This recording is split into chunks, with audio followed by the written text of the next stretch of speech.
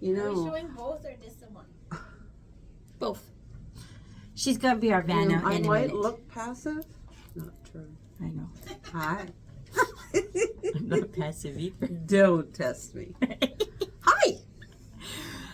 We are back. We're back. And it is... Not that we were gone, but No, here we are. for this week. School's back. School's back. Upside, Does downside. not affect me at all.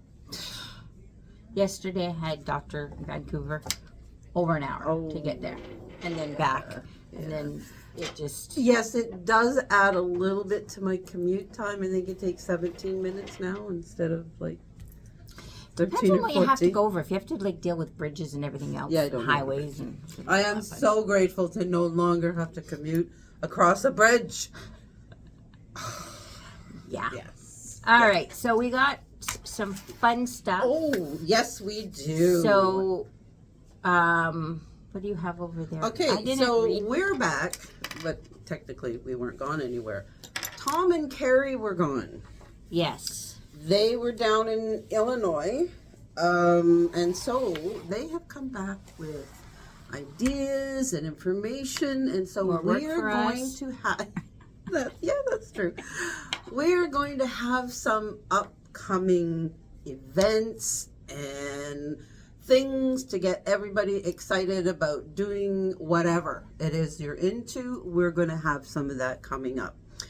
Not going to tell you what any of it is yet, but do keep an eye out for your emails, checking the class schedule, checking the website to find out as these things are approaching what we're going to be doing, all of the new things that we have. It's really exciting. I'm excited. So yes, make sure you read your emails, see what it is that's coming up, and check the website. Classes, We do, all of that. We do have some stuff. So, a couple of things. I have a couple of samples to show you that we've talked about before. Yes. But now we have the samples. So, Sit and Sew's coming up. Yep.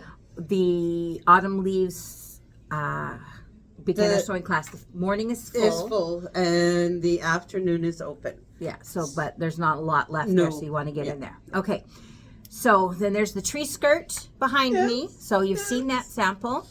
And then we have learn to sew using your sewing machine. For anybody who, now if you bought your machine from us, we don't want you to enroll online. Give me a call. I will get you booked in, because if you bought your machine from us, the class is free. And it's coming up on September the 17th, and it is in the morning from 10 to noon. So get in, get yourself scheduled, come on in, meet some other people learning, and have some fun learning to use your new machine. And then, of course, we have Kimberbell Club this month. But what we want to show you, planning a panel. We've talked about this and how amazing. Sandy, there we go. I'm like going, my brain. How because I'm picturing all of her panels and stuff. So we've got our Vanna today. She's going to hold up. Sandy's dropped off a couple of her quilts that she's done with the panels. So I'm going to flip this around. I don't know if I can hold this one up. Well, okay. Look at that panel.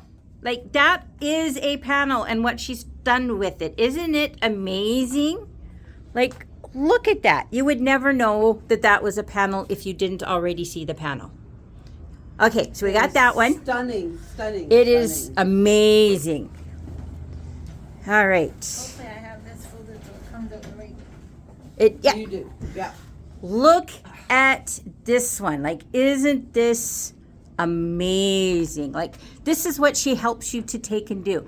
You bring in your panels, you will sit down, and when you leave, you will have an idea of what you want to do with that panel. you'll probably have like several ideas, and you won't know which one to pick. That's right. Yeah, Probably exactly. what the thing is you're going to have all of these ideas. I'm just going to put that. Yeah. So bring your panel and paper.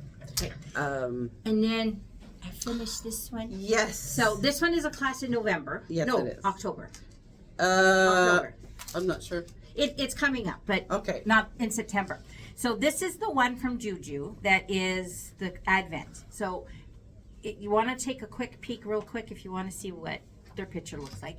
But this is it. This is Lori's version. Okay, so you can see a vast difference and how versatile It is. it is. Yes. So you get to pick, your own colors. You know, pick some, more toned down ones. And Well, it depends on what you're after when you're putting up your advent. you can now see the potential that it really does have without just kind of being that's very busy. Yes. So you can do whatever. So we're excited You've got about two options here. Kimberbell Club will be coming up towards the end of the month, and then 3D. The 3D Christmas tree. Now I know there's people out there who wanted this last year, and unfortunately we had to cancel. So it is back on the schedule again for November the 15th. And this is that 3D tree. It is absolutely fabulous. I've made 4 or 5 of them myself. That's the one up there. I'm just going to flip you around to see it up there. I don't know if it'll let me zoom in. It will. Isn't that amazing? It is like I gave them away. Especially to the one, my friend had one. She lived in a small condo in the West End, so it was perfect to have a little tree. She could put it on her counter. This is the large one that we just showed you. I made her the medium size, so she put it on her kitchen counter on the dining room side, and that was her Christmas tree. It was just absolutely fabulous. She loved it, and it's fun to make. It really, really is fun. You can play with your creativity to make that tree. All right. So I think that, that takes in most of the upcoming classes, because we did really go into a lot of detail last week about the classes that we have coming up in September. We're going to try to keep to the months, except for the really big issues like if you have any Christmas questions, tree. you just go check the calendar. Yeah. There's lots that are coming up. Yes, and there are a lot of classes on there. So and we keep check adding them out. more and stuff. So, all right. So today we are going to talk rippers. Yes. Seam rippers. Okay. Stitch rippers. Seam. Stitch. Stitch. Poke your finger with it. Well, okay. Yeah, I've done that because they are sharp. Okay. Yeah. So we're just going to give you a rough overview a little bit about seam rippers and then or stitch rippers, because there's a lot of them out there. Yes. And they range from like $1 or $2 to way more. Yeah. So like, what makes a good seam ripper? Okay. Yes. So kind of a little bit is depending on the type of project you're doing. Okay? Absolutely. So for the type of stitching that you're using, Tom says this is not, you can see how thick that is. This is not, you don't want to use this for quilting. No. This is for cars. Yes, apparently, because this is a snap-on. Yes. And we're like going, what in the world does a car need a seam ripper for? Like when they're dealing with the upholstery. I wonder what they call it. I don't know. Anyway, but Industrial seam ripper. This is it's too big. Okay. Okay. So for the projects that we are tend to do for like quilting and garment making, you're going to want something that has a smaller blade. So there's a few of them around. Yes. So these are the kind of ones that you're going to standard see, like these ones. These are a couple bucks. the very inexpensive ones. Yeah. And then you get some fancier ones. This is one of my favorite ones. Yes, stuff. mine too. But only because I love this rubber end. Yes. So it's a handy little gadget. This, and then you can use it for that. And then, do you remember my mat cleaning? Yes. I use this for my mat cleaning. Oh, never thought of that. Yes. So when it's there, I do use the eraser. I use that quite a bit, but sometimes this gets even in there in ways, and it doesn't leave the rubbery. Yes, you don't have behind. to keep cleaning it off. Yeah, so, exactly. And then there's the clover. Yes. And so we're going to talk about a little bit different. So one of the things you want to look for is a thin blade. Yes. The thinner it is, the better, because it helps you get in underneath those little stitches. Yes. The one thing about the clover also is that it's made with titanium. I think it was. Yes, I think that's what Tom said. Pretty sure it was titanium. No, Japanese steel. Oh, Japanese steel. Oh, that's even better. Yeah. Okay. You know those samurai swords? That's right. Oh, okay. There you go. There you go. All right. Too much information for my blonde head. So it's, yeah, Japanese steel. But what it does is why that's important to know is that it keeps it nice and sharp. Yes. Because Longer. And this is important. A dull seam ripper is frustrating. Yeah, exactly. It doesn't do anything because then you're sitting there going. Yeah, and it just takes that much longer to do the job. And none of us really like this job. So, like they say, if you see this, back away. Yes. Back away. Yes. You don't want to be bothering anybody with this in their hand. Yes. 'Cause it's already a bad day. So, we're just going to give you, there's a couple of different ways to use the Yes. seam ripper. So I'm going to just tip this down so you guys can see my table if you want to move the binder. Because the binder's kind of in the way. Let's go this way. Then I see the table. I'll just see the crack in the table. We have a crack in our table. All right, so I have some different samples here. I'm going to actually use the clover one because it's nice to use. Okay, so there's a couple of different ways to do this. Actually, I'm going to use this one because it has bigger stitches. So there you go. I hope you guys can see.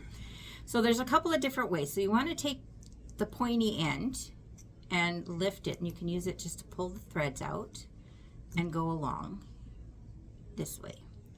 And this will take out your stitches.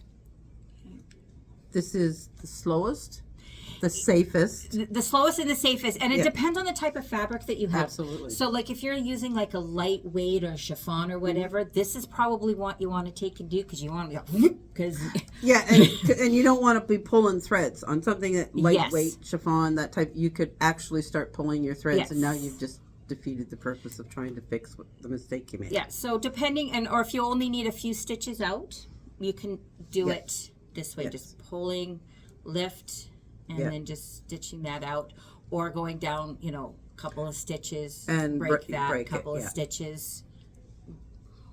Trying to, so you guys can see at the same time, but also hold it, and then you just would pull those pieces out and use like something like this and then just pull it out.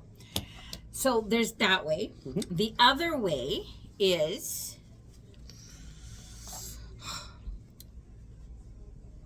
am I driving you crazy? Yeah. Oh, I thought you were going to do this. Oh, I was. So you can pull it, open it up this way, and you can go this way, and then just kind of pull, and then when you hit this way, or else, and I'm going to drive her crazy. You're going to this rubber ball is not for decoration, and it's not to show that it's a Christmas item and trying to be Rudolph. I don't like it. I know you don't like it. It actually is designed so when you you pop it in here, it separates the fabric and protects the fabric. So then you can go like this. Okay. You want to do that on a heavier fabric,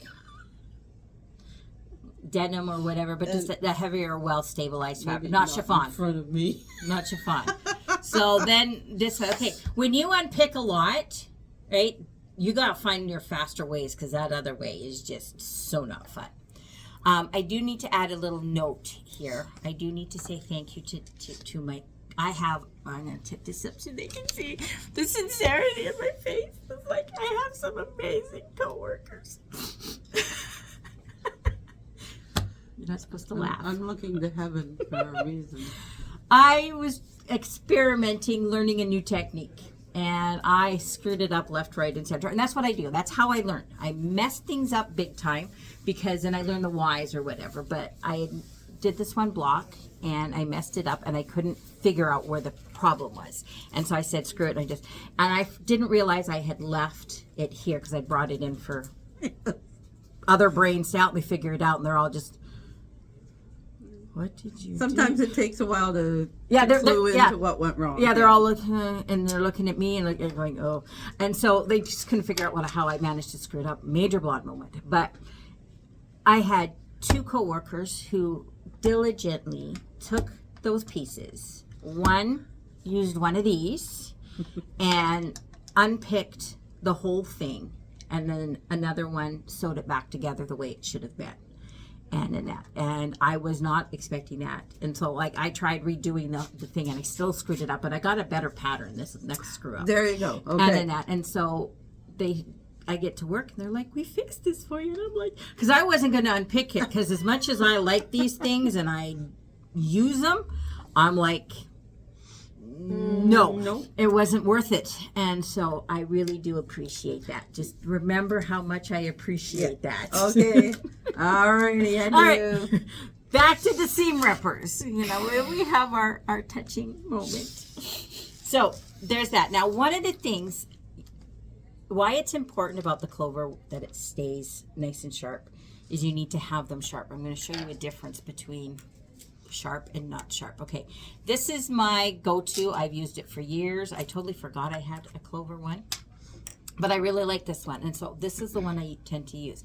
But you've seen how fast that went through that. Okay, this one is getting dull, and I know that, so we're going to do the exact same thing. I'm going to undo a couple of those. Close your eyes and your ears so you don't freak out. Okay. See, now I'm doing this because I want you guys on the camera to be able to see this, so it's like an awkward angle. Okay, so I've got a couple there. I'm going to pop this down in there. Okay. Now, see, it's harder to push through. Okay, I'll get some, and then I'll get going, and then I get these little clumps of the, it's not as sharp. because it's not as sharp, and so it'll hit those clumps, and then so that I get going again, and then it hits all of these clumps. So if you find that you're getting clumps, if you use this method, this isn't sharp. So it's time for a new one. So yes, clovers are a little more expensive, but they are worth it because you don't need to replace them as often because they hold their sharpness.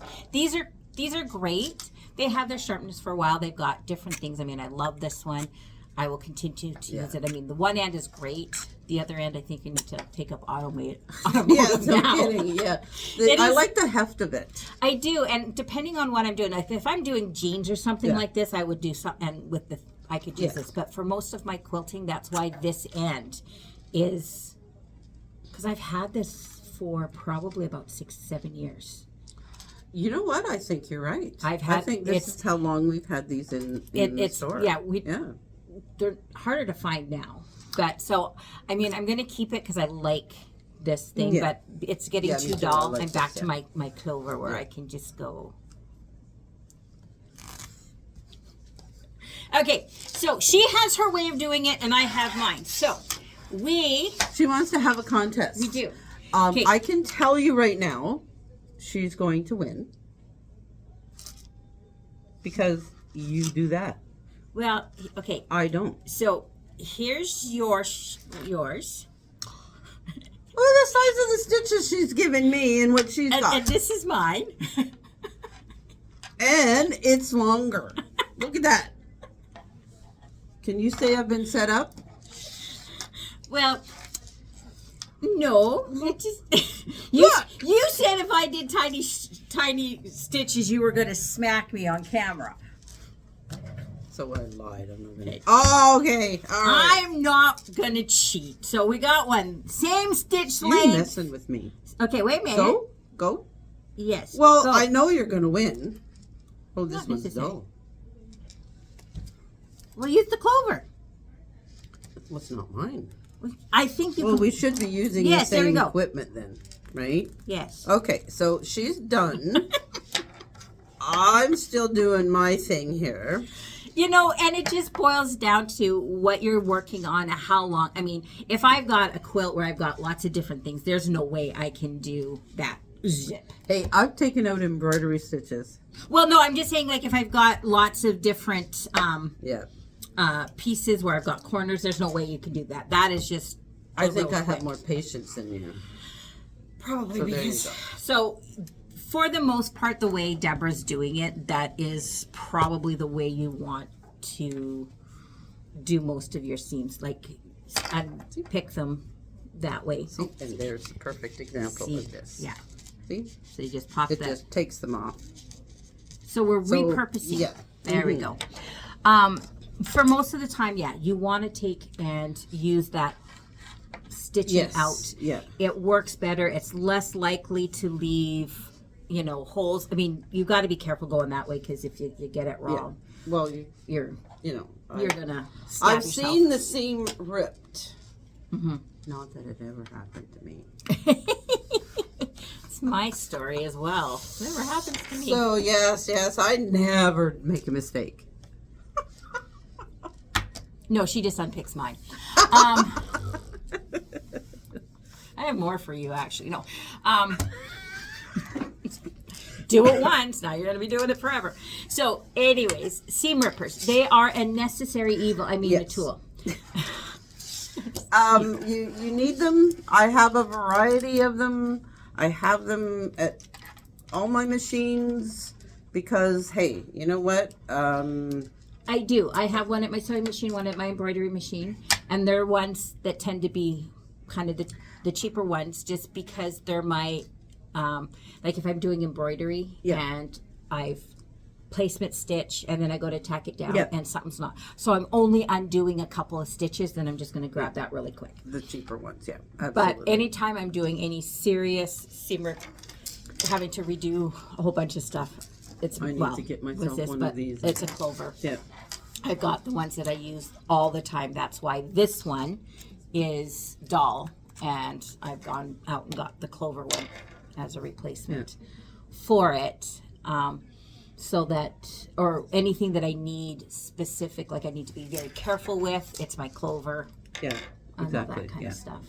Yeah. So- So that's this week's dose. It is. And as time goes on, we will bring forward some of the new stuff that's coming up and get everybody interested. Oh, come on in. We forgot to remind them about the Husqvarna event. So, if end you of this month. end of this month is a Husqvarna, and Yes. just an FYI to save the date, we also, because we love to party, so we have the Husqvarna party, Yeah. and then in November is the baby lock.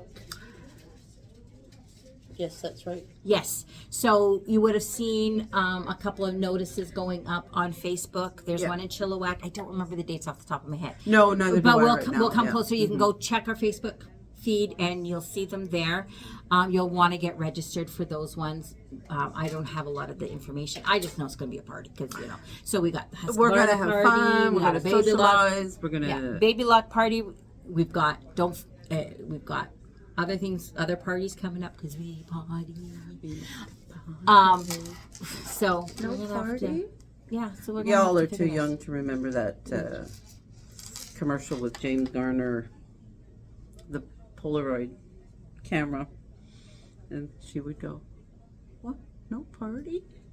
Anyway, it's just a little joke. You're too young to I know. don't know if I remember James Gardner. No, you know, but do you remember the commercial I don't for the Polaroid camera? It's been a long.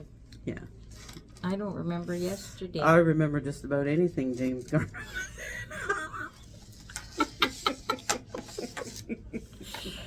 Okay. All righty, we went. We're going to say goodbye and leave you to your memories exactly. There you of go. James Gardner. Okay, alrighty. And but yeah, so we're gonna save those dates: Husqvarna party and the baby lock party. Yeah, and put your name in there, get it up, Yeah, we'll have lots of and fun. we'll see you. Okay. Okay, bye.